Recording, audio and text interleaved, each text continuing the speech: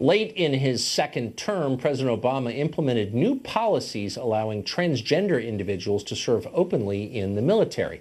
Secretary of Defense James Mattis has not reversed that policy, though he has delayed allowing transgender individuals to enlist by an extra 6 months so the military can prepare. How is the military preparing? Well, they've drafted new training manuals, which, among many other things, tell female soldiers they should, quote, accept seeing naked men in the shower.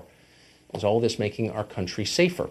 Patrick Granfield was an Obama national security appointee and a speechwriter for Secretary of Defense Ash Carter, and he joins us tonight. Patrick, thanks for coming on. Tucker, thank you for saving the simplest issue for the last of the week, right into the weekend.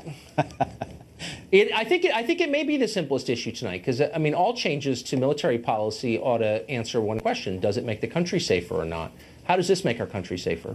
So, Tucker, I think you're right. And when I worked directly with Secretary Ash Carter on a number of personnel reforms, whether it was the repeal of Don't Ask, Don't Tell, whether it was women in combat, or whether it was transgender service, the question was always, does this make our force more effective? And, you know, Ash Carter, he's a physicist. He wants the data. He wants the facts. He's not an ideologue. And neither is General Mattis, who's the Secretary of Defense.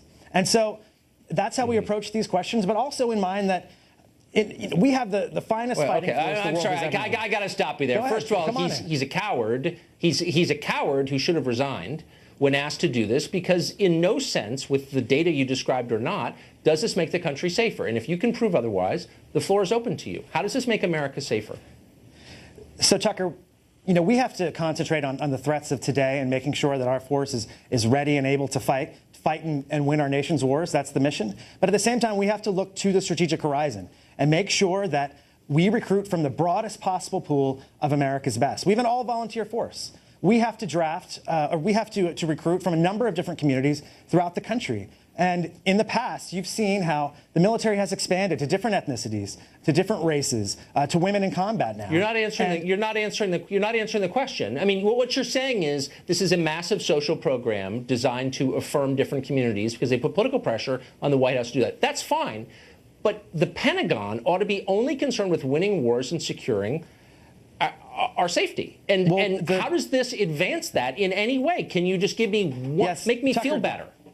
The way that the country wins wars is that we have a military that constitutes America's best, that reflects America, where people want to serve. And we've seen how the Army has changed from the Revolutionary War. It's changed in a lot of ways in terms of who it recruits, who it attracts. And still, we have the finest fighting force the world has ever known. And part of that is that we need to continue to make that true. Okay, but these are just slogans. Look, the military, the Army is now saying that female soldiers have to, quote, get used to and are not allowed to complain about seeing naked men in the shower, because if you self-identify without undergoing any physical changes whatsoever as transgender, the military has to accept your gender designation. If you say you're a woman, you're treated as one, and other women have to just deal with it. And my question is, whatever you think of that, how does that help, for example, the war in Afghanistan? Well, right now there are between 3,000 and 9,000 individuals who are transgender currently serving in the military.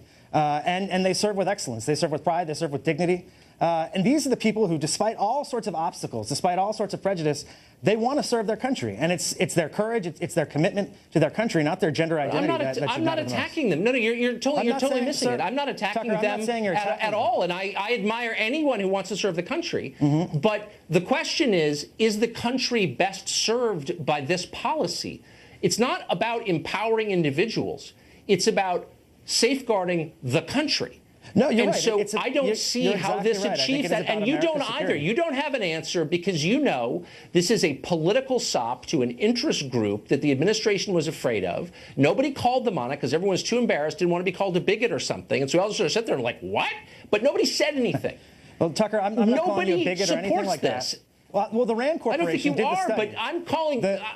And the study is that this is going to help us win the war in Afghanistan, because how? The Rand Corporation is on the West Coast. It's pretty conservative, and they said that this would have minimal impacts on readiness. So it's not like you have a group of minimal. Then you just answered my question. You just answered my question. It has minimal impact. So that's the standard. As long as it has no. Shouldn't every decision make it a more effective fighting force for the sake of the country it protects? This does not do that. It wasn't made with that question in mind. It was made for other reasons. Well, and that's why Tucker, you guys all should have resigned when they made you do this. Well, then should Secretary Mattis resign that he's continuing it? I don't think so. Secretary Mattis came up with a 6-month. He took a 6-month delay to make sure that the policies are right and that we get the training right, and so that our military can continue to serve and defend this country. Patrick, thank you for the game attempt. I appreciate it. Thank you, Tucker.